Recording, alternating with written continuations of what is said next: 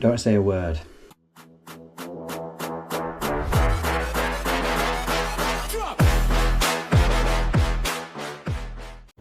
Who remembers this little video when we went to investigate a water leak?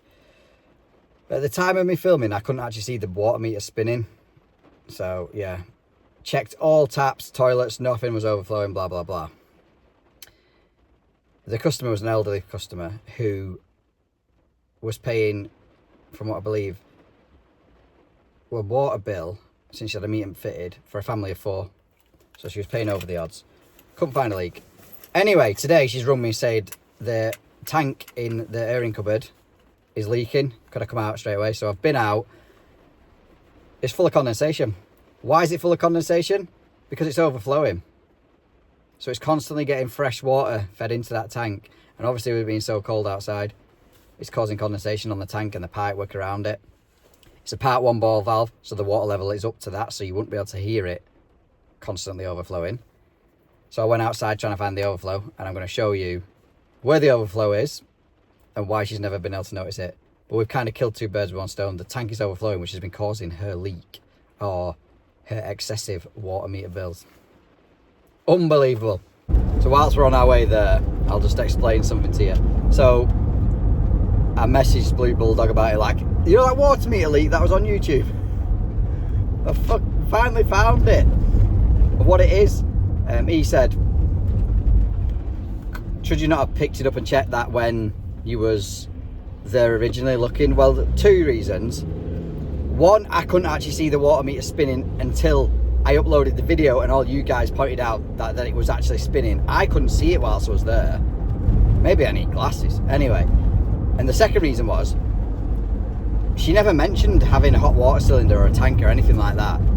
I just presumed, rightly or wrongly, that she was on a combi boiler. It's the fact that overflow is teed into the basin way. She's never seen it.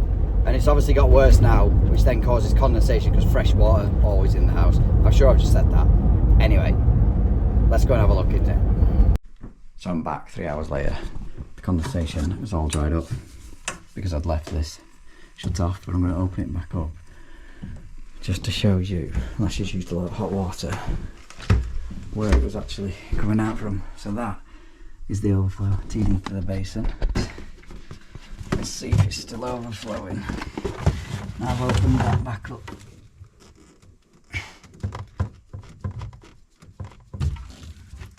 She must have used hot water. Anyway, that was pouring out before. And that is why the water bills have been so high. Right. The culprit. Let's get that shut back off. And it doesn't feel like it turns very much, but hopefully that'll work. We'll find out. We'll press down on the ball valve and see what happens. It's a bit far away, isn't it? You can see where the water level's been, the dry mark, and obviously where it is now. So she's run it off, which is why it's no longer overflowing, because I'd left the water turned off. It's really old school ball valve, that. Right, it's part 1 as well. Let's wouldn't be surprised it's got a dip tube on it. Open that water and get that level down now. Not really the easiest thing in the world to get on with. And I bet it's dead tight. Yeah. It's spinning inside, so I'm going to need 2 hands. I reckon it's slightly passing.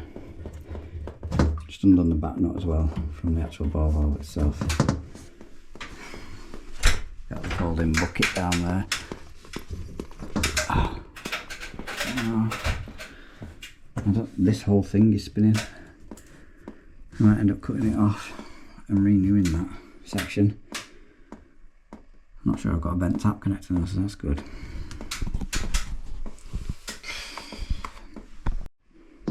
That's the old one. Could repair that if I wanted to, but no, it's not happening. We'll put a part 2 in.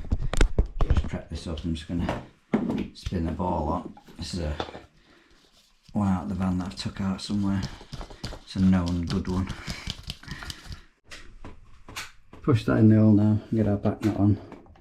That tripping is like bloody water torture, mate. And I can't start this. For God's sake. I want to see if I've got a tap connector because I don't really fancy using all this. It's way old, isn't it? It's older than me, that. So I've just shut the main stop top off.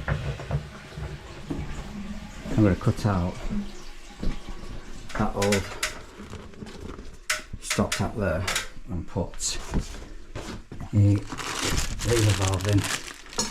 And I've just mocked this up downstairs. So I didn't have a bent tap connector, but I had a straight and a street. You can actually put a nut and olive straight on ball valve connections because they are tapered to allow a nut and olive. But wait, let's not look at the soldering. This isn't Instagram. I just prefer to put a fibre washer on. So now that's off. We'll cut off that stop tap.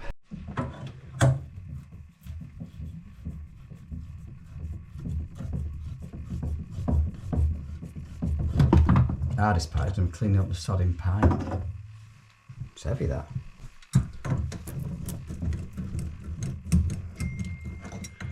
It's not too bad actually. Don't need to be perfect for a nut and olive. Not going to make you painstakingly watch me do that. So I've tightened up the bottom one, not the top. I'm going to bring the ladders around. I've just put a fibre washer and some paste. Squeeze these onto this tap connector, and that should slide in there.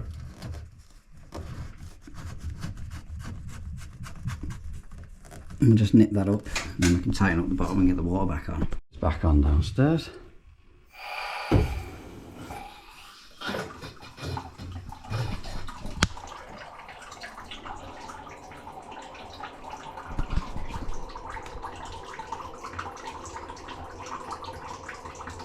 Sounds very slow, that, doesn't it? Like there's a restriction in it.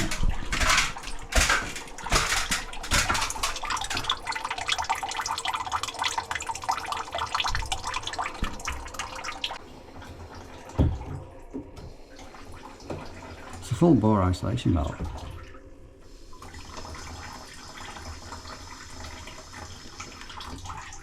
Weird.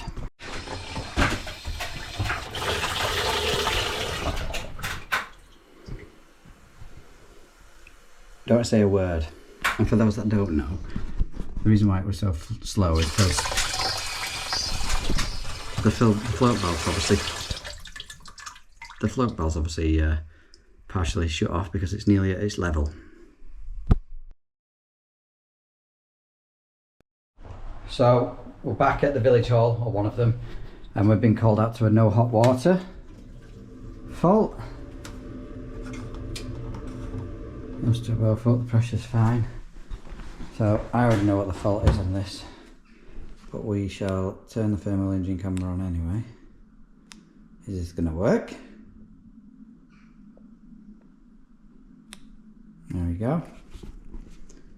And we'll open the hot tap.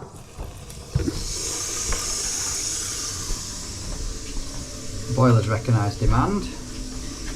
Well, let's just see what happens. Obviously I've got that pointed straight on the flow pipe there of the boiler.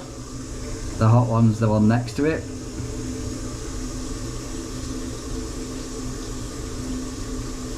You see it rising on the centre point. So the diverter cartridge has no doubt leaked and probably took out the actuator, or it's just stuck. Leaked and got stuck. Yeah, they're right, there is no hot water. So we'll whip the front cover off and see what's going on. There we go, there's a lot of staining down there. I'll remove this little clip. New one comes with a spare anyway. Oh. Come on, head. Jesus, that was hard work. This might actually be alright. Yeah, that pin is definitely stuck inside and it is wet through. Yeah. The pin's stuck on the box, so we'll swap the cartridge out. Hopefully it won't snap, sometimes they do. And I have bought a replacement head anyway, so I can test that, but we'll see what happens. First of all we need to do is drain down the water, which is obviously an internal drain down hose. Drain down hose. There's no hose on it. There's obviously an internal drain off inside the Baxi Platinums. We'll let that drain into our bucket now and take the pressure off. And I'll get the big grips in, and fingers crossed that doesn't snap. So whilst that's still emptying, as you probably hear, I'm just going to grease up these O-rings in preparation. Everyone always asks where the little grease gun comes from. If you search on Amazon mini grease gun, it'll come up. It's about 13 quid. One of the best purchases I ever made, just purely because you find you don't waste too much. Gosh, still emptying. But if we get our grips on this, that went alright, that. Didn't sound like it snapped either. You never know.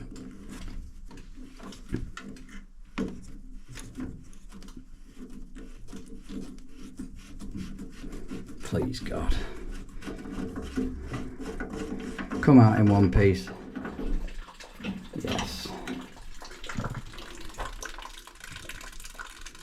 Not looking in the best condition, is it?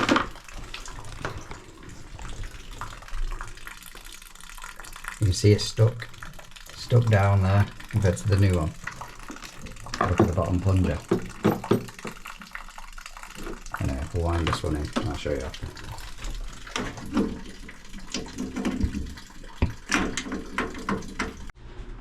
So that's us back on now. I'm going to try the old head out. See what happens, because there's probably nothing up with this. I think it was just the plunger stuck. It's not the best and the easiest thing to get in the world. Not when the cables are fighting against you. And I'm doing it left-handed. Obviously it went straight away with my right hand. Clips back in, so we're ready for putting some pressure back in the boiler.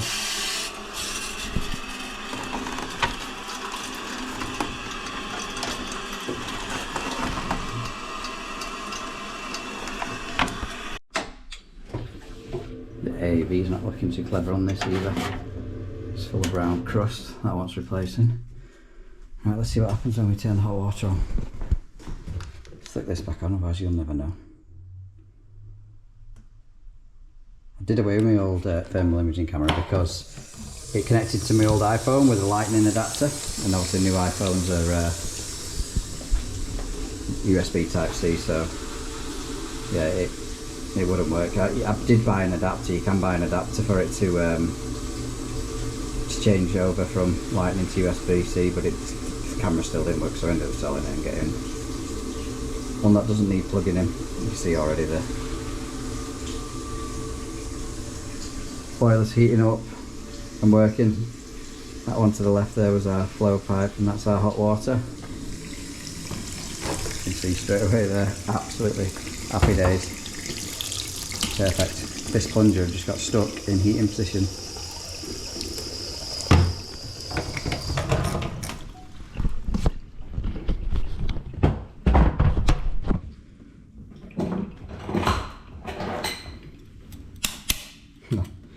Now it's moving up and down.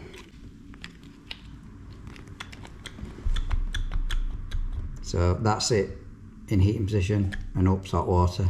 Well, obviously it was stuck in heating, so that's all it was. Anyway, we've replaced it now. Done away with that problem. Didn't take long at all. Just do our 26.9 checks on this. I wonder how many of you have seen these. You see that flue elbow up there? Well, it's an offset one for when, it's because the Baxi Duotex and the Platinums, the flue is offset center. So if you was replacing one of these boilers for a boiler that had a centralized flue, you could buy the offset kit and go through the existing flue hole. Obviously Platinums, they only do the 40 kilowatt now anyway, and Duotex are now the old 600, 630 range. So you probably never need one of them, but they were handmade, which is why they look so funky.